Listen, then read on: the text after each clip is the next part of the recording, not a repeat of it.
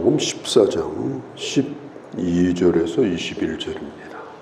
예수님의 12제자 가운데 한 사람인 가룟 유다는 예수님을 팔 생각을 하고 그리고 그것을 행동으로 지금 옮기고 있습니다.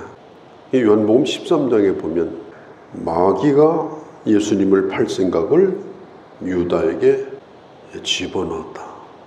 참 이 생각이라고 하는 것은 하루에도 수십 가지, 수천 가지 생각이 많습니다. 생각은 바람하고 똑같아요.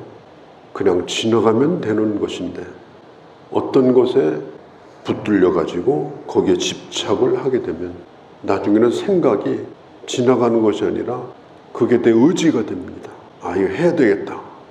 그게 의지화가 되어지고 나중에는 이게 옳은 건지 그른 건지 분별도 잘 안 됩니다. 이때부터 이제 문제가 생기는 겁니다.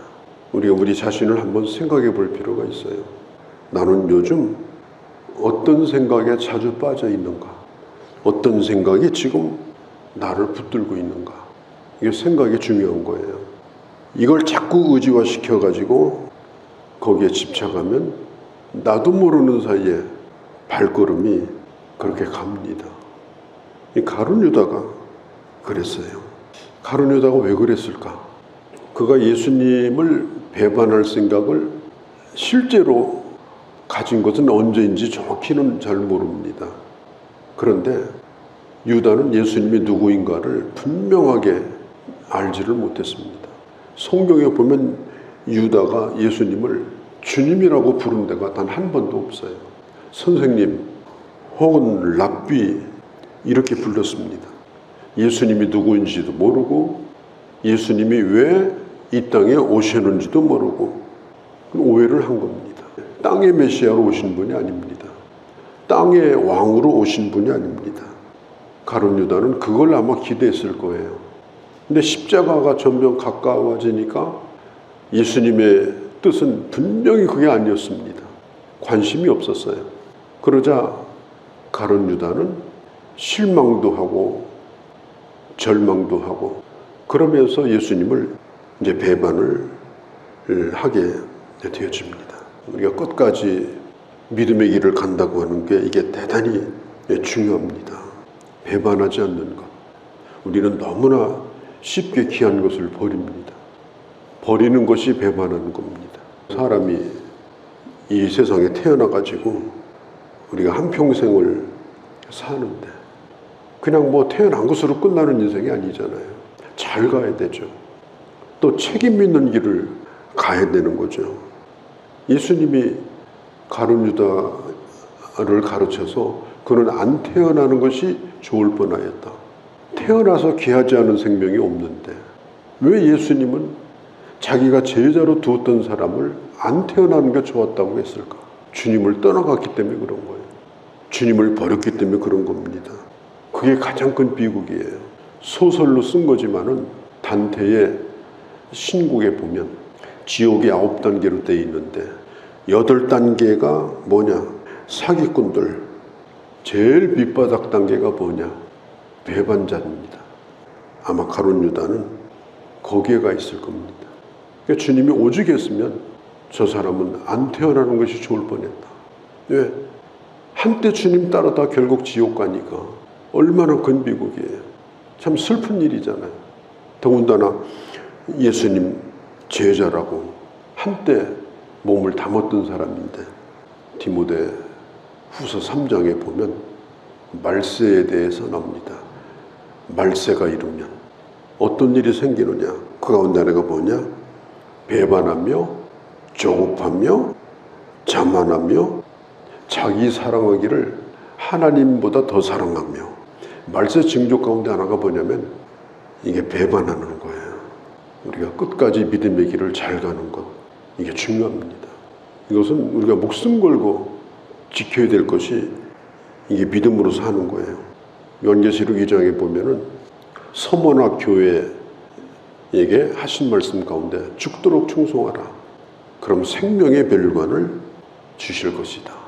서머나 교회에 감독이 누구였느냐? 폴리갑이라는 사람이에요.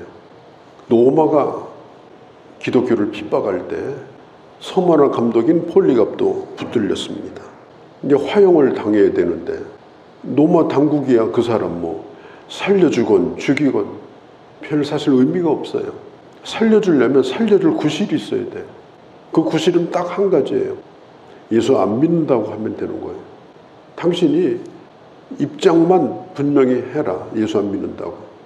그러면 살려줄 거다. 그런데 폴리갑은 그가 이런 얘기를 했습니다. 내가 80 넘을 때까지 주님이 나를 모른다고 한 적이 단 한 번도 없는데 내가 지금 와서 그렇게 할 수 있느냐. 그건 안 되는 일이다. 그리고 그가 화형을 당해서 순교했다고 합니다. 그 교회에 보낸 예수 그리스도의 말씀이 바로 죽도록 충성하라. 누구처럼? 폴리갑처럼. 그러면 생명의 멸관을 받게 될 것이다. 참 가룟 유다는 안타까운 사람이죠. 그 마지막까지 이제 다 온 거예요. 십자가가 눈앞에 있어요. 그런데 거기서 결국 무너지고 말았습니다. 이미 제사장을 만나고 가격 조절도 다 하고 그 다음에 예수님을 팔기로 작정하고 그리고 식사 자리에 앉아 있는 거예요. 기가 막힐 노릇이죠. 그 주님의 마음이 어떻겠는가 우리가 한번 깊이 생각을 해봐야 됩니다. 이제 유월절은 양을 잡아서 이제 식사를 온 가족이 모여서 하게 되는데 예수님의 가족은 제자들이고 그래서 제자들과 예수님이 모여서 유월절 식사를 예루살렘에서 해야 되는데 사실 갈릴리는 예수님이 묵을 곳이 많이 있었습니다. 예수님은 갈릴리 출신이니까. 그런데 예루살렘에는 예수님이 있을 곳이 없었어요. 예루살렘에 있다가 항상 거기서 나와서 다른 데서 주무시고 그런데 오늘은 예루살렘에 한 밤을 머무르셔야 되는데 머무를 데가 없는 거예요. 거기다가 식사도 유월절 만찬도 같이 해야 되는데 제자들이 묻습니다. 예수님, 유월절 식사를 어떻게 해야 됩니까? 방도 필요하고 음식도 필요하고 그때 주님께서 제자들 둘을 보내십니다. 그러면서 예루살렘 성 안으로 들어가면 물동이를 가지고 가는 한 사람을 만나게 될 텐데 그때 음식을 먹을 14절에 나의 객실이 어디 있는지 물어보라. 나의 객실이 어디냐? 그곳이 어디냐 물어보라. 그러면 그가 커다란 다락방을 보여줄 것이다. 거기에 유월절 만찬을 준비하면 된다. 그 물동이를 가지고 가던 사람은 마가였을 가능성이 높습니다. 그 집의 주인은 마가의 어머니 마리아였을 가능성이 매우 높습니다. 이 제자들이 가서 예수님 말씀대로 했더니 아주 넓은 방이에요. 그것을 보여주면서 여기에서 오늘 유월절 식사를 하시라고. 그뿐입니까? 식사를 할 수 있도록 준비하는 일까지 도와주게 되어집니다. 주인이 있는 객실. 그런데 예수님은 나의 객실이다. 지금 이것은 우리가 마가복음을 보고 있지 않습니까? 마태복음은 26장에 유월절을 너의 집에서 지키겠다 이렇게 기록을 하고 있고요. 또 누가복음에는 먹을 객실이 어디 있느냐 22장에 이렇게 물어요. 그런데 마가복음은 나의 객실이 어디 있느냐 지금 마가가 이렇게 기록을 해요. 그 객실이 어디예요? 마가 어머니의 집이에요. 그러니까 어머니의 집이니까 자기 집이죠. 마가는 청년이었을 겁니다. 그때의 일을 기억하면서 마가가 이걸 후일의 기록을 한 거거든요. 마가는 이렇게 말합니다. 그건 우리 어머니의 집이고 어머니가 돌아가시면 내가 물려받을 집이고 그것은 나의 집이었다. 마가는 그렇게 기록하지 않아요. 그것은 예수님의 객실이었다. 예수님이 나의 객실이 어디 있느냐? 그렇게 물으셨다. 법적으로는 우리 어머니의 것이고 후일에는 분명히 나의 것이 되겠지만 그것은 예수님의 집이다. 참 마가가 대단한 사람이죠. 당사자잖아요. 누군가가 와서 물었다면 예수님 우리 집은 너무 좁아요. 예수님 저기 어느 집사의 집이 괜찮거든요. 예수님 어느 권사의 집이 꽤 넓어요. 한번 거기 가서 한번 알아보시면 어떨까요? 그렇게 할 수도 있지 않아요? 왜? 싫으니까. 그런데 이 마가는 자기 집이에요.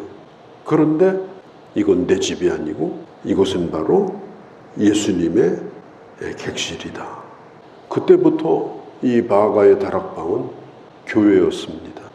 초대교회 때도 거기서 모였고 기도할 때도 거기서 기도했고 자기 집이었지만 자기 집이 아니었습니다. 그는 한 번만 유월절 식사를 하도록 내어준 것이 아니었고 그는 교회를 위해서 자기 집을 내어주었고 사용하도록 그렇게 주었습니다. 세를 받은 것도 아닙니다. 오히려 섬겼습니다. 그게 바로 마가고 마가의 가족입니다. 우리가 이 땅에 살면서 다 우리 것으로 생각하고 살고 있고 주님이 어느 날 오셔가지고 그거 내 객실 아니냐? 내놔라. 그러면 여기 주님 방 없는데요. 안방은 애들이, 저쪽 방은 누가, 이쪽 방은 우리 방이고 주님 계실 때는 발 붙일 데도 없어요. 차 한잔하고 가시죠. 그러지 않겠습니까? 우리 자신도 마찬가지잖아요. 우리 마음도 우리는 내 마음이라고 생각하죠. 네 마음을 내가 차지하겠다. 이제는 내 의지대로 살아라. 내 뜻대로 살아라.